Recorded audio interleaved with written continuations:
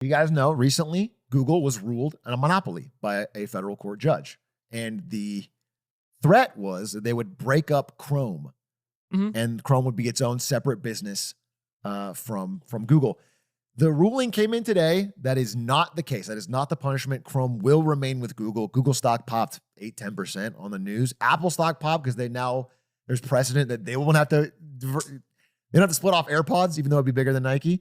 And so I guess good news for Google investors. I thought that was a little update, but I don't know what the punishment is now. That's the thing is like, maybe if a judge tells me that that's not the right case, that you shouldn't break off Chrome, fine.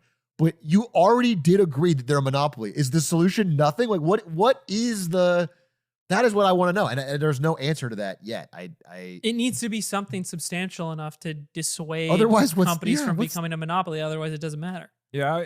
To be fair, I would argue that of Google's incredibly influential products they have, Chrome is not the most influential. Like I think Android is much more. Yeah, I mean we're all switching over to Opera GX. So Chrome is not the reason that they are so dominant in search. I mean, the real monopoly around Google is the fact that they are used for search and ads across the entire internet. So they just have this total dominance in that field.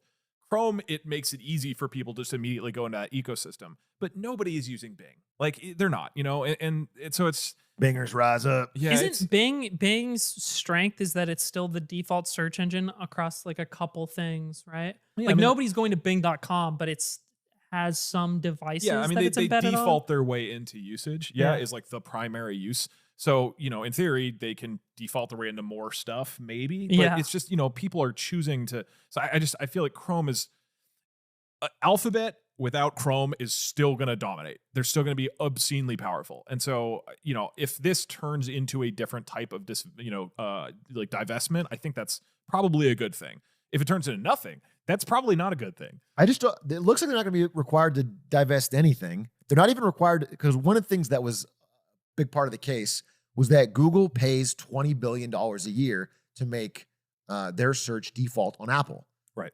Yeah. And that was a big thing. It was like Apple's a huge chunk of American phones and Google's the default on it and no one else can match that. That is still allowed. They just can only make it 1 year at a time. You can't make a 10-year deal. They can only, so I don't know. I just don't know what the punishment is. Like they have agreed in the court of law that this is a monopoly. They have an undue advantage that crowds out competitors.